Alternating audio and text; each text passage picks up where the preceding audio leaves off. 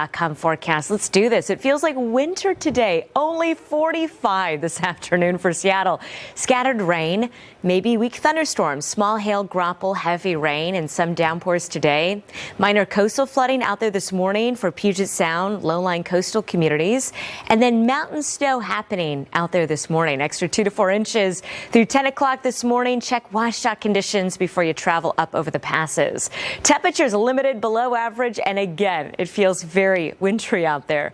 Mid-40s for highs, 50 the outlier Friday Harbor for today, and 31 for Snoqualmie Pass.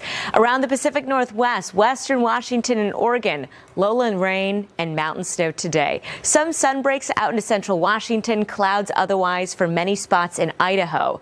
Watch this next incoming low pressure system offshore. A rapidly intensifying storm that will kick up the winds in a big way. A high wind watch for parts of the coast and east of the I-5 corridor, Puget Sound lowlands. Again, gusts for tomorrow evening up to 65. I'm worried about downed trees and widespread power outages in those areas. Winds gradually easing into Wednesday morning, and then just rounds of damp weather going into the weekend. That's a look at what to expect.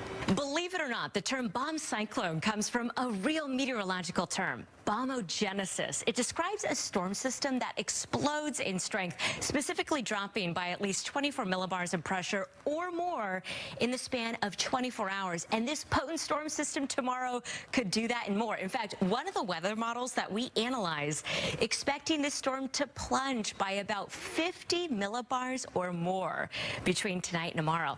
And why the focus on the pressure of a storm?